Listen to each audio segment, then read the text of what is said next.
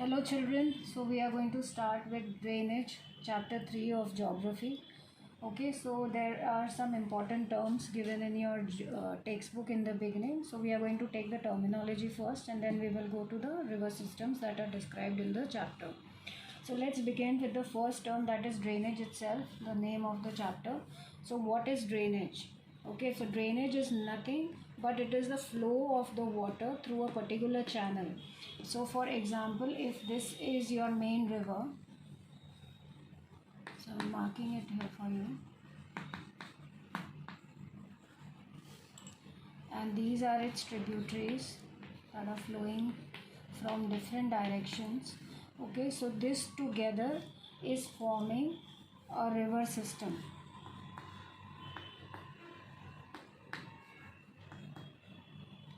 This together is forming the river system. So drainage basically describes a river system. Okay, so it comprises of the main river, its tributaries, the flow of the water. So it is nothing but it is the river system. Now suppose this river that we're talking about is river Ganga and its tributaries. So what is this? This is the drainage system of river system of river Ganga. Okay, so this is its main river and its tributaries. Now there is another term that is called as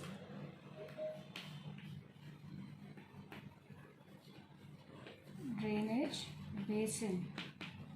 So what is drainage basin?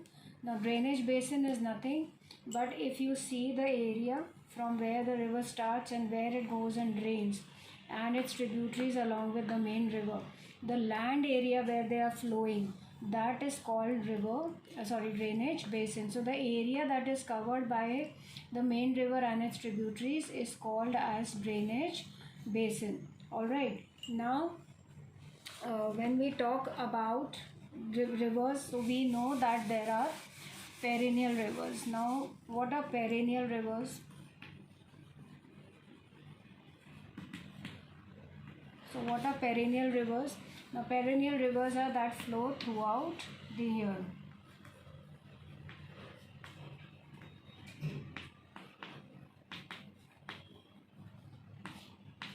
Okay, so when we talk about Himalayan rivers, they are all perennial rivers. Like you see Ganga river, you will find Ganga river throughout the year. You will never see it drying it up. Okay, so they are perennial rivers. Okay, now when we talk about something that you will read and you have already done is the course of the river.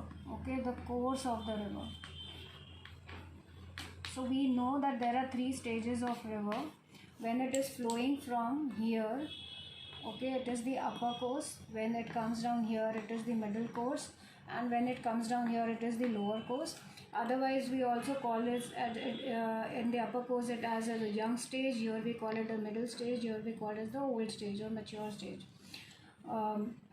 Then when the river flows in here, it does some activity. So when we talk about the upper course, it is the erosional activity that takes place. When we talk about the middle course, here it is eroding as well as transporting, and here finally it deposits. Okay, so these are the three things that the river does in its during its course. Now when we talk about the upper course, you will see that when the river is flowing, suppose this is a mountain from where the river is flowing. So when it is flowing down here, it will go down here and then it will settle. So here is your upper course. So here when the river is falling down, its velocity is going to be high. Okay, here in this stage it will decrease and here it will settle. Okay, so when it is in the upper course, what is happening? Suppose this is there. So if the river is cutting through this here, this region, so what is it doing? Here it will form the gorge. Okay, the gorge is nothing but it will form a steep valley. Why will it form a steep valley? Because the erosion will take place in this area. So it will keep on cutting through these, okay. But when it comes to this area, when it comes in the plain area, so what happens when it reaches the plain area? It starts meandering in a snake like, you can say. So it is meandering, so it is forming a meander, okay. So in the middle course you will find the different features that the river is forming. So one is meandering, so meanders are formed. At the same time you will experience that what we call it as an oxbow lake. So sometimes what happens, that when the river goes and meanders in a stretched way, maybe थोड़ा ज़्यादा हो जाता है, तो sometimes it comes out like this back in the straight line. And what happens to this particular portion here, it gets separated from the main river and it forms something like this, and this is called as an oxbow lake, okay. So this separates from the main river body and it remains separate. Sometimes it also happens that because the river is flowing in this direction, there is a lot of erosional activity here at the corner. So because when they are coming, they come with a force here and force here. So here slowly and steadily here it keeps on cutting the edges, and again this particular body of the water is separated from the main river, okay. So this you can see here in the textbook.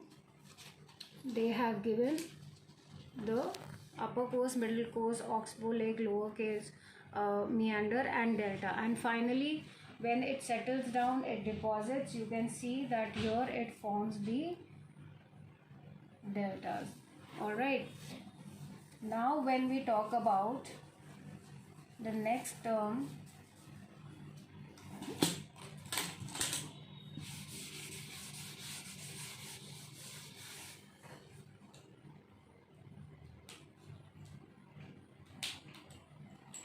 it is called the water divide.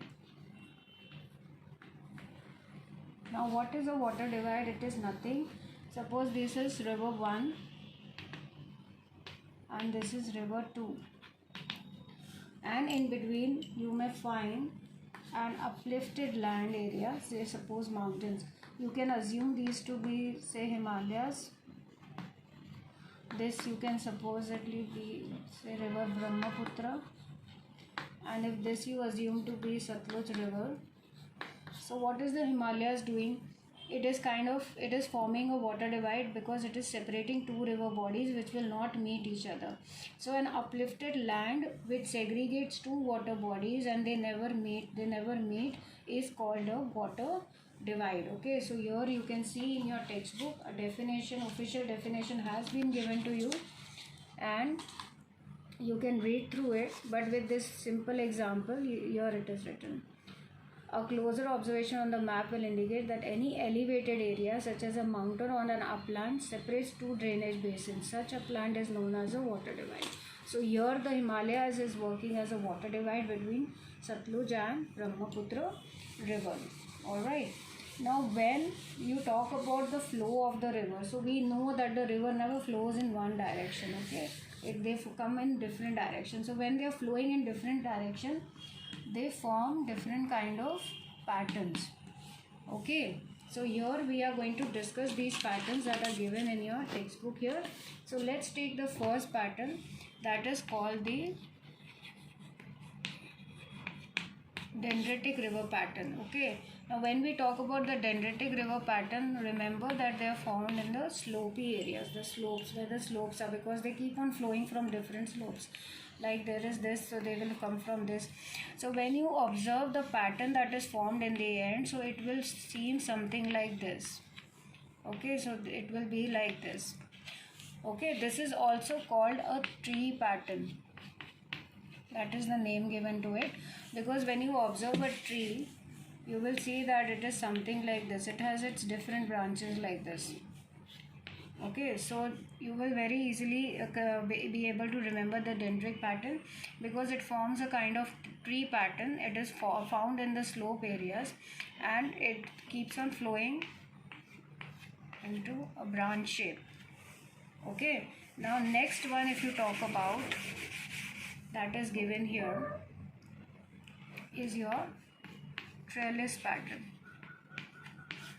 Trellis pattern. Now trellis pattern is, you have to remember, soft and hard rocks.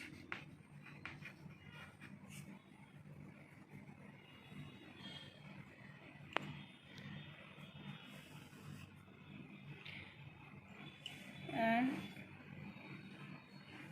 suppose this is your soft rock and hard rock pattern. So the river, what will the river do?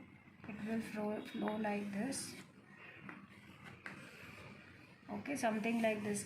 So you will observe here that the river, the small streams, they are meeting each other at 90 degrees. So the pattern of the rock, the hard rock and soft rock, is in such a manner that the rivers, they meet each other at 90 degree and they form a trellis pattern.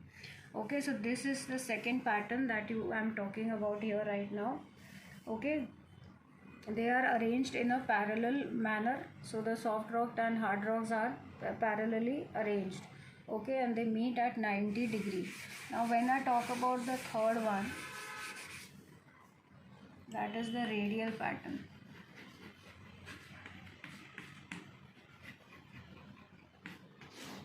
Okay, so it is nothing but, suppose this is the slope. So what will happen? From a particular point, the river will come out in all directions from one point. So for this you can remember through a simple example of umbrella. Okay, you have seen an umbrella. It has a kind of a middle point, and then you can see the segregation when we open the umbrella. So the radial pattern is nothing but it is from a particular point, the streams, they flow into different directions. Okay, now the last one is rectangular pattern.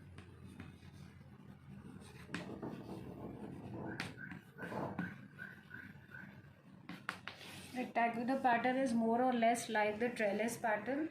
Okay, so it will be something like this, but in this you will find a difference in the rock pattern itself. Okay, here you will only find hard rocks. So hard rocks are arranged in such a manner that they force the river to flow in through them. So you can see the hard rocks pattern is set up in such a way that they force the streams to flow through the joints. Okay, and these patterns you will find more in the plains. Okay, so this is plain area where you will find such rocky joints. So these are only the rock pattern here is different. They are all hard rocks. Like you saw in trellis, there was a combination of soft and hard rocks, but here it is only hard rocks. Okay, so we have done just a simple revision. We have done the dendritic, trellis, rectangular and radial patterns. You can see here they have given it in brief. We have done some features made by the rivers during its course. So we have the upper, middle and lower course, and you can see how it's forming an oxbow and the meandering is taking place here. Then we have understood what is a drainage and what is a drainage basin, what is a water divide, which rivers are perennial. So we know that the Himalayan rivers are going to be perennial in this particular chapter. Okay, so we are going to learn 3 rivers.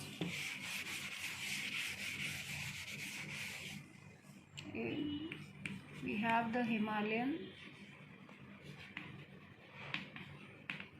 river system, in which we are going to learn about Ganga, Indus and Brahmaputra.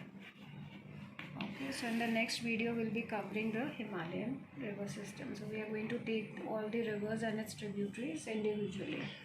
Alright, so I hope you are clear with these terms as of now, but you can also read your textbook so that you are not missing on anything. Okay, thank you.